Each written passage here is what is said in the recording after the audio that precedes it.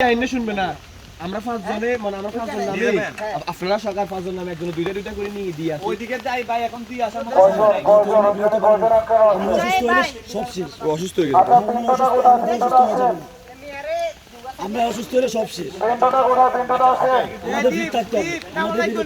দর্শক আপনারা দেখছেন যে এরকম যারা রেস্কিউ টিম রয়েছে তারা কিন্তু এই মুহূর্তে এরকম খাবার গুলো বাড়ি বাড়ি নিয়ে পৌঁছে দিচ্ছে। তবে এরকম কিন্তু আসলে বেশ ভিতরে কিন্তু আসতে হচ্ছে, কারণ এই জায়গাগুলোতে এসে তারপর কিন্তু মানুষের মধ্যে খাবার দিচ্ছে, কারণ এই পানির ভেদ করে ফেনীর দিকে গিয়ে কিন্তু খাবার সংগ্রহ করা কোনোভাবে সম্ভব হচ্ছে না। তবে এখানে আমরা অনেকের সাথে কিন্তু কথা বলেছি, তারা বলেছে যে এই খাবারগুলো অনেকে পাচ্ছে না, এবং যারা পাচ্ছে তারা আসলে মুড়ি চিড়া এগুলো খেয়ে কোনো রকম বেঁচে আছে, তাও প্রতিনিয়ত পাচ্ছে না।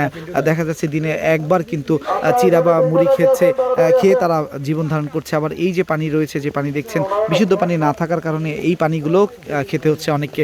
এই ধরনের কথাও কিন্তু আমরা এখানে যারা রয়েছেন পানিবন্দী মানুষ তাদের কাছ থেকে কিন্তু আমরা শুনেছি। এবং আপনারা দেখছেন যে এই যে মহিপাল থেকে আসা একটি ট্রলার, সে তাতে করে কিন্তু এখানে যারা রয়েছেন তারা এখান থেকে যে ত্রাণ সামগ্রী নিয়েছে সেগুলো নিয়ে কিন্তু আসলে মানুষের মধ্যে বিতরণ করছে।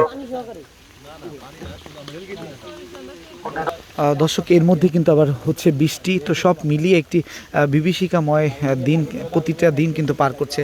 একজন আসলো, আপনি কোত্থেকে এসেছেন, কি নিয়ে আসলেন? কি নিয়ে আসেন ব্যাগে? কি আছে আপনার? আলু পটল। কোত্থেকে নিয়ে আসেন এই খাবারগুলো? 12কুণ্ড। কত কিলো হেঁটে গিয়েছিলেন? কত দূর? 10-12 কিলো। দর্শক আপনারা দেখছেন যে 10-12 কিলো হেঁটে তারপরে কিন্তু তিনি একটু আলু, একটু ঘরের জন্য বাজার নিয়ে এসেছে। দর্শক, এমন চিত্র কিন্তু আমরা দেখছি এই ফেনীর যে জায়গাগুলো, সেই জায়গাগুলোতে। এবং এখানে এই যে যারা শিক্ষার্থীরা রয়েছে তারা কিন্তু এভাবে রেস্কিউ করছে মানুষকে, এবং সেই সাথে একটি পরিবারকে কিন্তু রেস্কিউ করে, যারা পানির মধ্যে বন্দি অবস্থায় ছিলেন তাদেরকেও কিন্তু রেস্কিউ করে নিয়ে আসা হয়েছে। তো এই বিষয়গুলো আসলে খুব যারা হৃদয় বিদারক ঘটনা, এই বিষয়গুলো যারা এই ভিতরে প্রবেশ করবেন তারাই আসলে এই এমন চিত্র দেখতে পারবেন।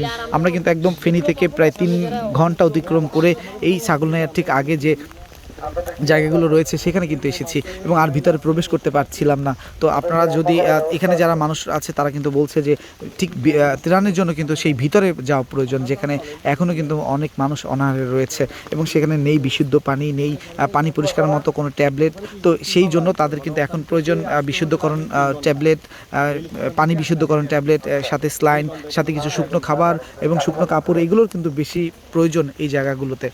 ভলান্টিয়ার টিম যারা গেছেন দ্রুত আসেন। ভলান্টিয়ার টিম যারা গিয়েছেন দ্রুত চলে আসেন। দর্শক, এখানে আসলে কিন্তু আসলে কুল কিনারা নাই যে আসলে আপনি কোন দিক দিয়ে ঢুকবেন, কোন দিক দিয়ে বের হবেন, কারণ এই সব দিকে থই থই পানি, কোন দিকে কিভাবে যাবেন সেটা কিন্তু আসলে বোঝার উপায় নেই। ভাই, কতদিন ধরে কাজ করছেন এরকম? মানে এই বন্যাতে হ্যাঁ, 4 দিন ধরে কি দেখছেন আসলে বিষয়গুলো? ভয়াবহ পরিস্থিতি আসলে। মানে আমরা এমন হয়েছে যে রেস্কিউ করতে গিয়ে দেখা গেছে যে মানুষের লাশ ওই কি বলে বাসার উপরে ভাসতেছে, এরকম টাইপের এক্সপেরিয়েন্স হয়েছে আমাদের। বাসার উপরে রুম থেকে লাশ বের করে লাশ ভেসে বের হচ্ছে। খাবার তো আসলে এই প্রত্যন্ত অঞ্চলে এগুলোতে তো আসলে খাবার পৌঁছানো সম্ভব না। সরকারি উদ্যোগেও যেটা আমরা বুঝতেছি যে এখানে খাবার আসতেছে না। আর ভাই সব থেকে বাজে হলো মানুষের আর্তনাদগুলো। যখন আপনি একটা বোটে যখন আমরা 10-15টা বাচ্চা নিছি, নিয়ে যখন বোটটা ফুল হয়ে গেছে, বোটটা নিয়ে যাবো, এই সময় আর একটা বাসা থেকে আর নেওয়ার লোক না, একটা প্রেগনেন্ট মহিলা বলতেছে ভাই প্লিজ আমারে নিয়ে যান। এটা কোথায় ছিল? এটা কালিদর ভিতরে, একদম ভিতরে। আমরা ওই জায়গায় রেস্কিউ অলরেডি হয়ে গেছে। আমরা ফার্স্টের দিকে যখন প্রথম দিন আসছিলাম, সেদিন অনেক বেশি পানি দিচ্ছিল লালপুলের দিকে, তখন দুইটা বাচ্চা আছে। তো আমরা এই পরিস্থিতিতে আসলে ছোট ছোট বাচ্চাগুলা যখন দেখতেছি, মানে এই যে চেহারাগুলা পানির মধ্যে ভিজে অবস্থা খারাপ, আমরা নিতে পারতেছি না।